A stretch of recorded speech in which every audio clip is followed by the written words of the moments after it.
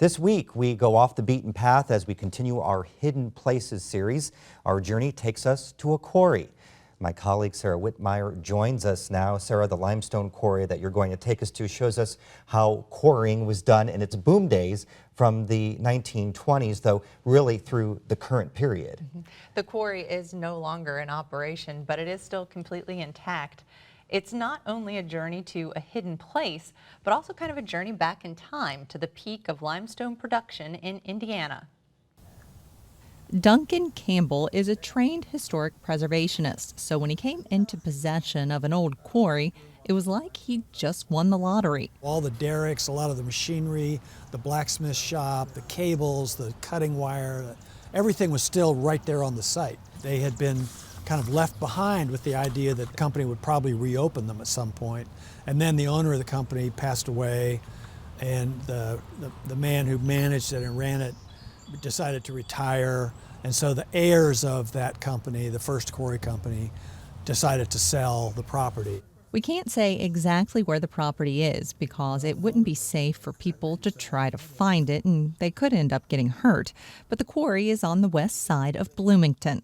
You can't see it from the road, but Campbell guides us back, snaking around some trees and tall grass. We sort of keep the pathway clear, but this is where the railroad came in. That's why the derricks are proximate to that, within reach of that, so they can load rail cars. So we can go out this way.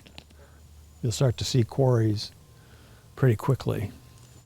Several hundred people worked here when this quarry was operational. They were so desperate for labor during the boom period, they couldn't train enough local people to do all the work. And now, of course, that's quite different with our technologies. But they were importing labor, skilled labor from England, Hungary, Italy, places where stone cutting had been, in the history of the culture for many centuries, because they needed skilled labor. And they used those people in the mills as well as in the quarries. The 1930-1940 census shows more than 60 Italians living at this site.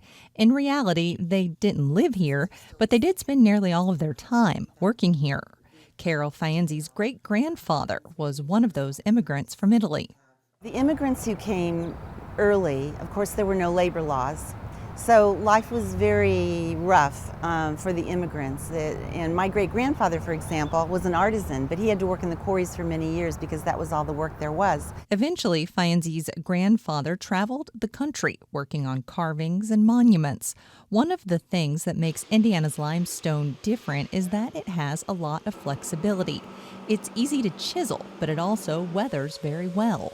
That made it ideal for buildings such as the National Cathedral in Washington, D.C., where there are numerous gargoyles and donor names inscribed in panels. Campbell's Quarry is in the heart of Indiana's limestone belt, where this malleable stone is found.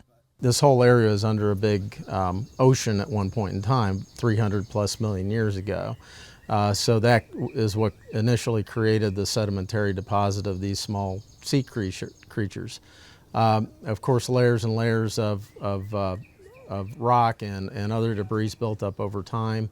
And then at some point, the glaciers moved down from the north, and they stopped in around Martinsville. When the glaciers melted, it exposed a lot of the stone.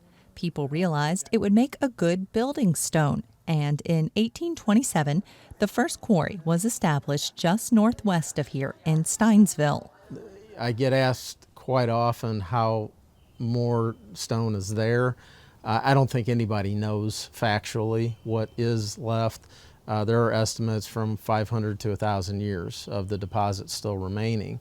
A lot of the issue that will come to bear now is encroachment of development, because where the open pit quarries had a lot of property and didn't have to worry so much about buffer zones to neighboring development, now that is becoming more of an issue. Developments border Campbell's Quarry on the north side and the east side, and there's a highway nearby as well.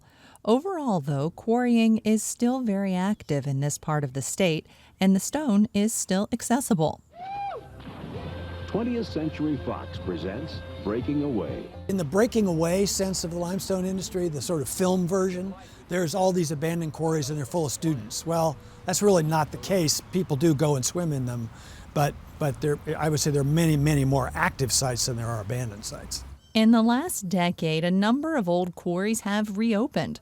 It makes sense for folks working in the industry to do this because there can still be stone in the pits, and it costs a lot of money, well into the millions in some cases, to investigate new potential quarries.